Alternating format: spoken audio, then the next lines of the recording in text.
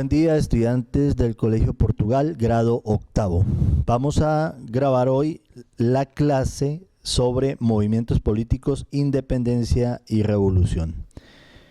Como ustedes saben, la guía de trabajo pues empieza a dividirse en 10 preguntas tipo IFES. Voy a ir pues introduciendo la reflexión a partir de cada pregunta y eso implica lógicamente que vamos a ir reconociendo a lo largo del desarrollo de la guía el tema que está vinculado a la transformación social fruto de la revolución industrial que hizo posible la burguesía al acumular riqueza debido a la actividad comercial y lógicamente impulsar la clase social o hacer que se posicionara en un mejor nivel, ya que la movilidad social fue posible gracias a la acumulación de capitales, cosa que antes no era posible debido a que primero había una visión estática de la sociedad y el progreso no estaba permitido porque materialmente era muy difícil acumular o tener riqueza. Ya cuando empieza a darse el comercio, también se hace necesario el dinero como un medio para el intercambio de mercancías. Eso quiere decir que ese dinero que anteriormente estaba dentro de un sistema que se llama fisiocrático porque implicaba la circulación de bienes reales que tenían lógicamente un valor real también. Ahí podemos hablar del oro, de la plata, pero también de otros productos que representaban esos valores reales. Por ejemplo, la sal, de donde proviene la palabra salario, que era la sal para un día de trabajo, la sal por un día de trabajo. También habían especias, condimentos, dentro de esos productos la canela, el clavo, el comino,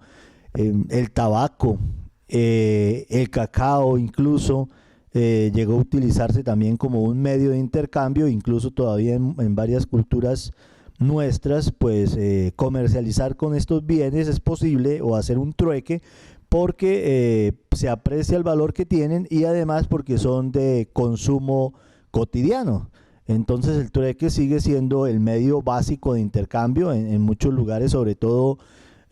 rurales o pueblos alejados de las grandes ciudades, aún se utilizan este tipo de intercambios de mercancía. Los movimientos políticos lógicamente también surgen dentro de un cambio de ideología que se da a partir de lo que sucede con la revolución industrial, donde las fábricas se convirtieron en un espacio para el encuentro de personas que pues lógicamente no tenían otra alternativa que acudir a estos espacios de trabajo donde seguramente las condiciones eran infrahumanas, o sea, el que iba a trabajar a una de estas fábricas se exponía a todos los riesgos porque al momento no existía o es justamente esa la cuna de la legislación laboral que hoy en día tenemos. Los derechos del trabajador se luchan y se consiguen a partir de los primeros trabajadores de estas fábricas que lo hicieron en condiciones infrahumanas, sin espacios adecuados, llenos de contaminación, donde una persona sufría un accidente y de una vez prácticamente quedaba inservible para la fábrica y el despido se hacía inmediatamente sin ningún tipo de reparación o de ayuda. En esas circunstancias lógicamente surgen una serie de ideas y de principios básicos que se van a convertir en leyes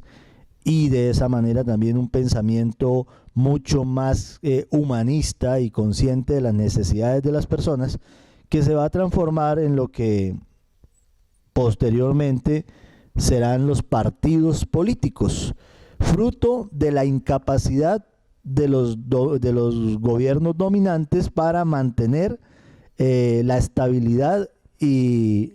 defender los intereses de todo el pueblo.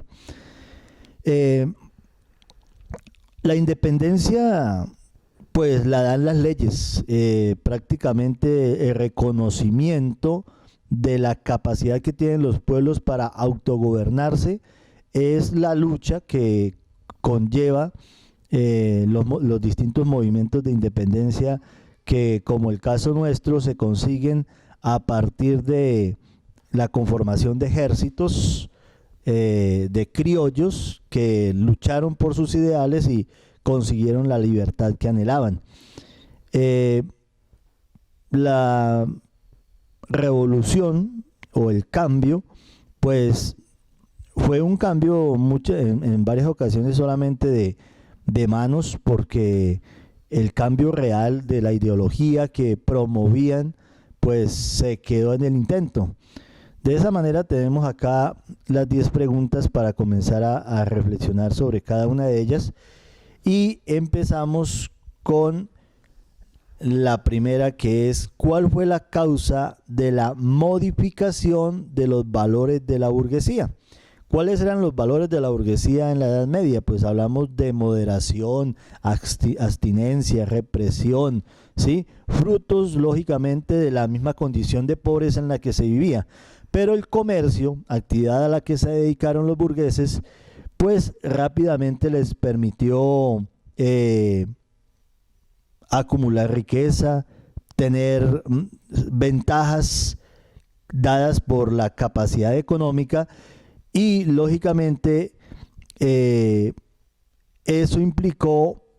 un ascenso social, un cambio en la posición social. Ya no eran los burgueses, los habitantes de los burgos, personas pobres y al servicio de los señores feudales, sino que acumularon pequeños capitales o grandes capitales en algunos casos, que les permitió esa movilidad social. En la segunda pregunta, ¿qué se deduce de la instalación de las universidades en Europa? Bueno, pues la instalación de las universidades a partir del siglo XII, siglo XIII, hicieron que los saberes y tradiciones culturales de distintos pueblos se aunaran o se fueran concentrando alrededor de la actividad de las universidades. Universidades que se conformaron a partir de los gremios de maestros, ¿sí? Entonces tenemos que en la universidad se concentró la vida intelectual y también popular del pueblo europeo. O sea, las personas que se unían allí, venidas de distintas partes, pues representaban justamente esa élite intelectual y también las costumbres de los lugares de donde venían a unirse a la universidad. En la tercera pregunta, ¿cuál fue la causa de los cambios en la vida intelectual? Hablando del siglo XV y a propósito de la revolución industrial, que no se puede determinar que es solamente el siglo XVIII, sino distintos procesos de transformación que incluso vienen desde la misma fundación de la universidad, que fue un cambio fundamental de mentalidad. Y en el siglo XV, cuando hablamos de Johannes Gutenberg o Johann Gutenberg, quien al introducir la imprenta de tipos móviles permitió la impresión y difusión de libros, lo cual implica lógicamente que fuese más fácil a la población adquirir estos libros que antes estaban reducidos a un escaso número de personas, porque los amanuenses o secretarios que se dedicaban a la transcripción de libros pues no era un oficio muy rápido que digamos, ¿no? El transmitir un libro o reproducirlo. En cambio, con la imprenta pues esto se hizo mucho más fácil, pues relativamente, porque no tenían la capacidad reproductiva de textos que tenemos hoy en día, pero fue un gran avance que implicó la popularización de los libros, ¿sí? Y eso pues lógicamente hace que haya mayor posibilidad de acceder a la lectura y por tanto a la cultura. En la cuarta pregunta, ¿qué permitió el aumento de la productividad en las ciudades por medio de las fábricas? Entonces acá tenemos que al darse la revolución industrial, lógicamente lo que más hace falta es mano de obra, y eso lo que hace es impulsar los procesos migratorios desde las zonas rurales a las respectivas zonas urbanas o ciudades. En la quinta pregunta, ¿por qué se benefició la economía inglesa con los cambios promovidos por la segunda etapa de la revolución industrial? Esos cambios introducidos por la segunda etapa de la revolución industrial, lógicamente dentro de un contexto político bastante importante, donde estaban sucediendo cosas para Europa, como el fin de las guerras napoleónicas, y aquí para América las distintas independencias de los pueblos americanos, pues tenemos que esa revolución industrial permitió una acumulación de capitales que es la que finalmente se reinvierte y hace que se dinamice la producción industrial debido a la misma inversión de los capitales que se producían debido al desarrollo tecnológico que implicó esa segunda revolución industrial. En la sexta pregunta, ¿por qué bajaron las ganancias del sector agrícola al disminuir el comercio de esclavos en Brasil? Lógicamente, si no habían esclavos, los esclavos eran la mano de obra y por tanto, al no estar disponibles estas personas para un trabajo lógicamente de explotación, tanto del sector agrícola como de las personas mismas, porque no se les reconocía sus derechos, y por eso pues lógicamente lo que pasa al no estar disponibles es que se aumentan los costos de producción. En la séptima pregunta tenemos, ¿qué buscaban las medidas tributarias promovidas por la política de sustitución de importaciones? Esta política corresponde a un modelo de gobierno proteccionista y lógicamente si se aumentan los impuestos de los bienes importados, quiere decir que lo que se busca es que disminuya su demanda, ¿sí? Que ya no se puedan comprar o solamente los puedan comprar las personas que realmente tengan la capacidad económica para hacerlo, porque al ser más costosos pues se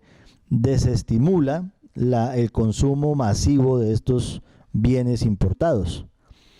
En la octava pregunta, ¿cuál es la causa del surgimiento de los movimientos políticos? Como ya lo decía al principio, los partidos tradicionales no fueron capaces de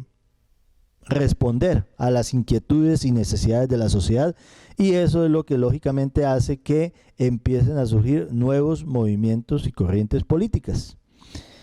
En la novena pregunta, ¿qué implica la política nacionalista?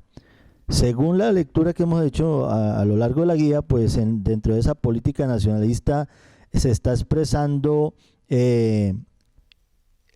talante de la institucionalidad, la importancia que se le da a la institución estatal, y también una política que podemos llamar ultraderechista, ¿sí? O sea, una política extrema donde fundamentados en el derecho y en la ley se abusa de los derechos de la población, porque se desconoce, por ejemplo, en muchos modelos de política nacionalista se desconocían los derechos de participación política, porque se creía que los que estaban gobernando ya tenían toda la potestad para hacerlo y el derecho propio, ¿sí? Desconociendo las libertades individuales y de participación política. La décima pregunta, ¿cuál es el sustento político del nuevo resurgir ideológico? Después de la caída del muro de Berlín y también del reconocimiento de fundamentalismos tanto de tipo religioso como político, y dentro del tipo religioso podemos tomar varios modelos, incluso desde el punto de vista cristiano, pero también fundamentalismo islámico, y dentro de ese punto de vista cristiano están pues algunas tendencias protestantes, pero también dentro de la misma iglesia, después del Concilio Vaticano II, que fue una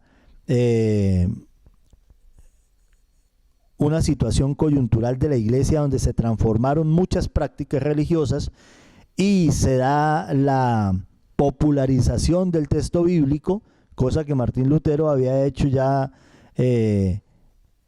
500 años antes prácticamente, y la Iglesia Católica hasta el Concilio Vaticano II en 1960 hace lo propio, asumiendo unos cambios de mentalidad que fueron importantes y suscitaron movimientos progresistas dentro de la misma Iglesia Católica, contra los cuales pues la misma Iglesia fue reaccionando, ¿sí? Porque ya pretendieron popularizar realmente la lectura de la Biblia y hacer una lectura desde las circunstancias, como lo fue la teología de la liberación, que a muchos no les agradó esa forma de leer el texto bíblico y de interpretarlo. Entonces tenemos toda esa pluralidad de formas de pensar fundamentadas en la libertad, pero también chocando contra los fundamentalismos, que son las formas de pensar en las que se consideran algunos valores como inamovibles, inaplazables, imposibles de cambiar, y ahí es donde esa dinámica de pensamiento ya mucho más abierto y liberal pues entra en choque, ¿sí? Entonces, a la pregunta ¿cuál es el sustento político del nuevo resurgir ideológico? Tenemos que todos esos cambios fueron posibles gracias a la participación política, y ahí es donde se da realmente, por medio de la democracia, el acceso al poder, y lógicamente se dinamizan las instituciones y pues se hace posible que las ideas se conviertan en realidades. Bueno, de esa manera hemos abarcado el estudio de esta guía, y teniendo en cuenta pues el tema, que es bastante amplio, movimientos políticos, independencia y revolución, pues sin hablar propiamente de ninguno de las revoluciones políticas tan importantes para nosotros reconocerlas, tenemos que como base de esos actos de libertad están las leyes que se fueron gestando a partir de la misma experiencia y situación que, como decíamos al principio, se dio desde la revolución industrial en las fábricas, donde las personas comenzaron a pensar que tenían derechos y que tenían que hacer valer también su calidad y su naturaleza humana,